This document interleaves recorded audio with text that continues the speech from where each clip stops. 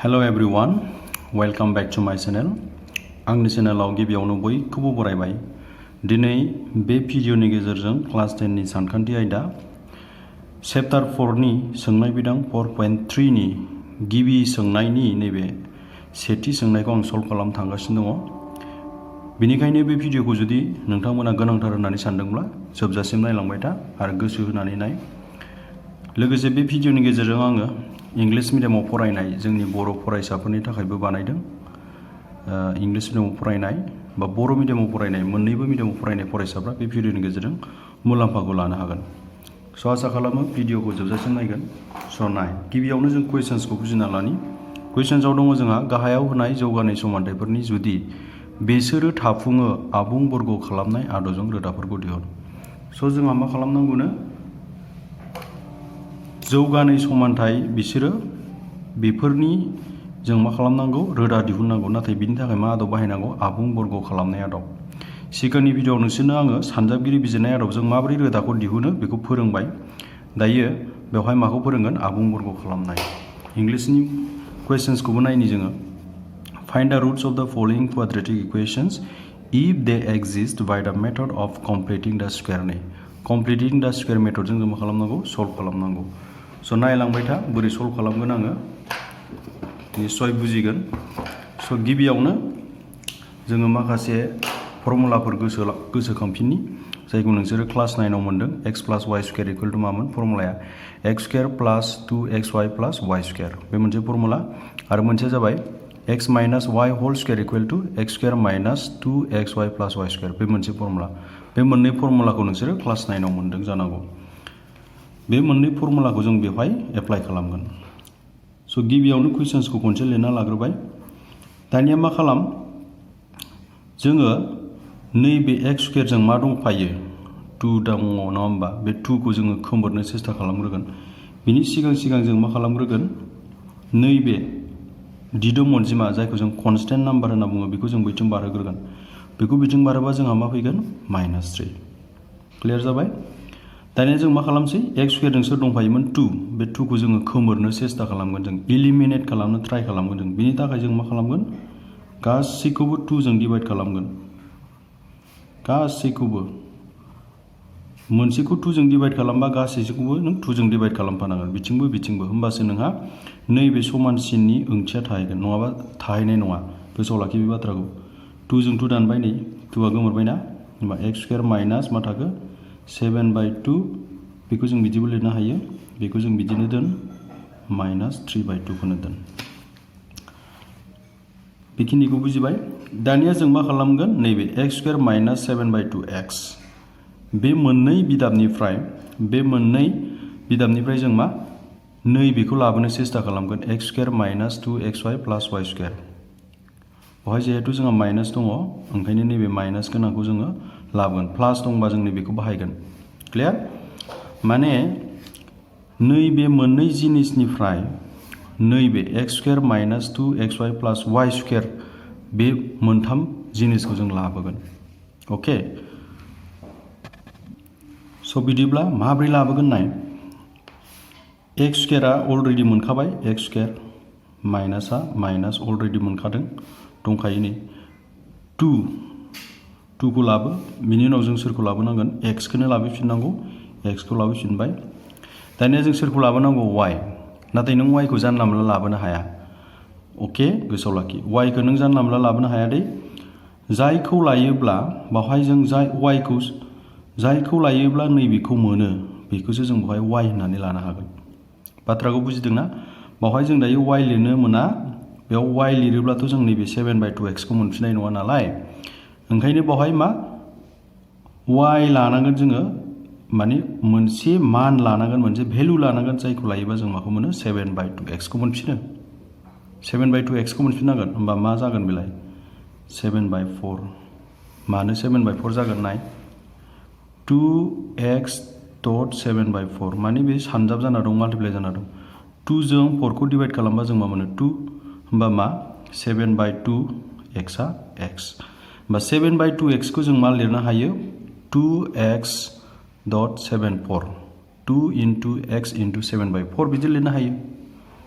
अके होमबा जोङो y खौबो मोनबाय y आ सोर 7/4 गोसोआव लाखि बे y आ जानला मोनला जानो हाया जायखौ लायोब्ला नैबेखौ मोनफिनो बे बिथांखौ बेखौसो लानांगोन जोङो स' बिनि उनाव माखौ लिरनांगौ प्लास y स्क्वायर अके प्लास y स्क्वायर y नि जायगायाव जों सोरखौ लानांगोन जिहेतु y नि जायगायाव जोंहा मा दङ 7/4 ओंखायनो बेवहाय 7/4 होल स्क्वायर जागोन बे y जादों थारमाने अके x square minus 2x square minus 2xy plus y square नैबे y नि जायगायाव 7/4 दं नालाय y स्क्वायर नि जायगायाव 7/4 होल स्क्वायर फैगोन क्लियार दानिया नाय बिथिं मा दङमोन नोंहा माइनास 3/2 दं बेखौ लिरदो दानिया नों मोजां नोजोर खालाम x स्क्वायराथ' x स्क्वायरानो अके थिगानो माइनासा माइनास थिगानो 2.x.7/4 आ नै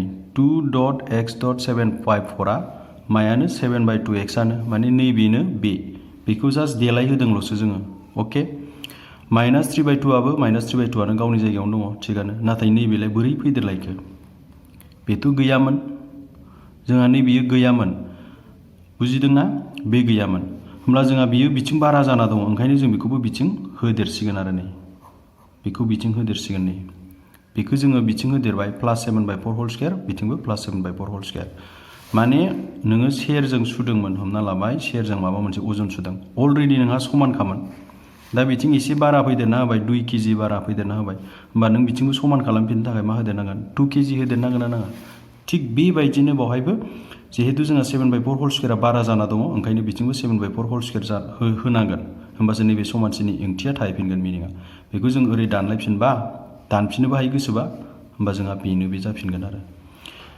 स' दायो बेनो बे होननानै जों दायो बुंनो हायो x स्क्वायरानो माइनासा माइनासानो 2.x.7/4 माने 7/2x आनो माइनास 3/2 आ माइनास 3/2 आनो बेखौ जों बोखारबा बेनो बे नङा होमबा बेबायदि क्लियार जाबाय स' जोंहा नैबे बे मोनथाम महरखौ जों गुसुं महराव लिरनाय मोनसे फर्मुला दंखायो नै बे फर्मुलाखौ नाय x square minus 2xy plus y square जाना दं बियो दै दायो बे मोनथामा मा जाना दं x square minus 2xy plus y square जाना दं होमबा जों मा लिरनो हायो x minus y whole square लिरनो हायो माने जों मा लिरनो हागोन x माइनास 7/4 होल स्क्वायर लिरनो हागोन माब्रै लिरनो हाखो खनसे कुवेश्चन्स खालामबाव गावखौनो लिरनो हानायनि गुबै जाहोना नाय x square minus 2xy plus y स्क्वायरखौ जों मा लिरनो हायो गुसुङै x minus y whole square लिरनो हायो होमब्ला नैबियो x minus 2x.7/4 plus 7/4 whole स्क्वायरा जोंहा नैबे महराव दं नालाय जोङो बेखौ जेरै गुसुं महराव लिरनो हादों थिग बिदिनो जों बेखौबो नैबे गुसुं महराव लिरनो हागोन बेवहाय जिहेतु y नि जायगायाव 7/4 दं ओंखायनो बेवहाय मा फैदों 7/4 होल स्क्वायर फैदों क्लियार जाबाय ठीक আছে होमबा नायदो जोङो माइनास 3/2 आ 3/2 बेखौ बिदिनो लिरगोन नैबे 7/2 होल स्क्वायरा मा जागोन जोंहा 49/16 जागोन स्क्वायरा 7 निबो 4 निबो स' बेयो बिदि जागोन होमबा बियो बेखौ बिदिनो लिर अके दानिया नाय 2 आरो 16 माइनास 3/2 प्लास 49/16 जों प्लास खालामनो हाया डाइरेक्ट ओंखायनो जों LCM लाबाय LCM माने 2 आरो 16 नि LCM आ बेसेबां जागोन 16 जागोन मानो 2 आ 16 खौ ग्रुप डिवाइड खालामनो हायो स' 16 आ LCM जागोन गोसोआव लाखि दे ग्रुप डिवाइड खालामनो हायोब्ला अके उइदाउट एनि रिमाइन्डार आद्रा गैयालासिनो अब्ला बै देरसिन अनजिमाया देरसिन नाम्बारा LCM जायो होमबा 2 जों 16 खौ डिवाइड खालाम हर 8 मोनो नङा होमबा 8 जों माइनास 3 खौ माल्टिप्लाइ खालामबा सानजाबा माइनास 24 मोनगोन प्लासआ प्लास 16 जों 16 खौ डिवाइड खालामहर 1 मोनगोन रानहरबा होमबा 1 जों 49 खौ माल्टिप्लाइ खालामबा सानजाबा 49 खौनो मोनगोन स' बिनिफ्राय जों मा लिरनो हायो 7/4 होल स्क्वायर 16 आ 16 बिसोर मोननैजों बुलायलायगोन 49 निफ्राय 24 खौ माइनास खालामनांगोन थारमाने होमब्ला बेसेबां थागोन 25 स' नाय दानिया जेब्ला आङो नैबे स्क्वायरखौ लिरा अब्ला बिथिं मा फैयो जेब्लाबो गोसोआव लाखि प्लास माइनास रुट अभार 25/16 फैयो प्लास माइनास मा जाफैयो रुट अभार 25/16 जेब्ला आं बिथिं स्क्वायरखौ लिरा स्क्वायरखौ आं जेब्ला गारो अब्ला बिथिं आं मा लिरनांगोन थारमाने प्लास माइनास रुट अभार 25/16 लिरथारनांगोन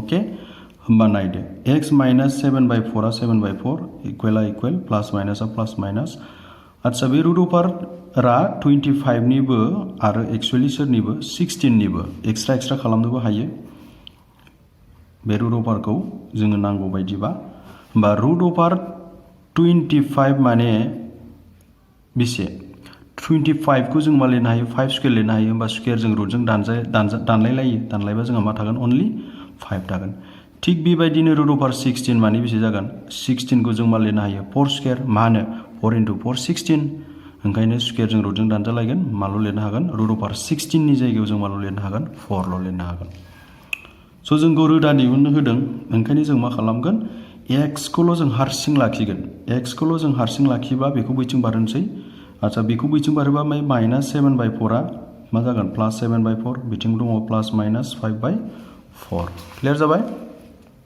दानिया नों मा खालामनो हासिगोन देयरफर x 7/4 जों खनसे प्लास 5/4 बो लिरनो हायो नङाब्ला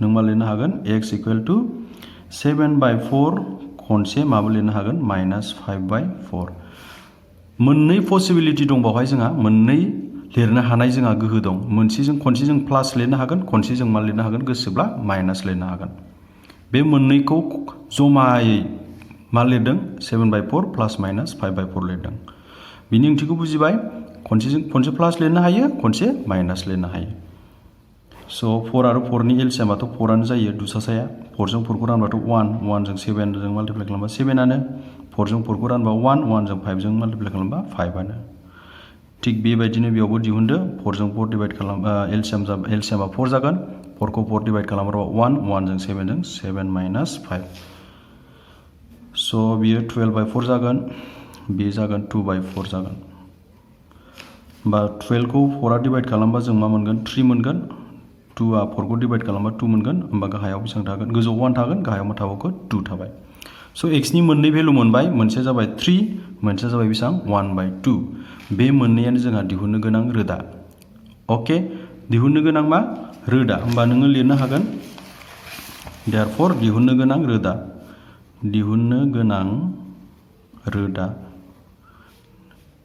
required roots R होनना लिरदों इंलिश मिडियामफोरना मोनसेया 3 मोनसेया बेसेबां 1/2 बास बेखिनियानो जेबो गोरा गैया स' आं सानो नोंसोर बुजिबाय आरो बुजियाखैबा भिडिअखौ गले गले बोफिनना नायबानो आं सानो बुजिगोन नोंसोरो आरो भिडिअखौ नायनानै मोजां मोनदोंब्ला कमेन्ट खालाम आरो लाइक खालाम आरो नांगौ जानाय मानसिफोरनो शेयार खालामनो दाबाव उननि भिडिअआव आं नोंसोरनो नाम्बार 2 खौ सल्भ खालामगोन बे भिडिअखौ नायदोंबा नाम्बार 2 खौ निश्चय बुजिगोन होननानै आं सानबाय स' उननि भिडिअआव लोगो मोनगोन होननानै आसा खालामनानै बे भिडिअखौ दोनथ'नाय जाबाय गोजोन्थों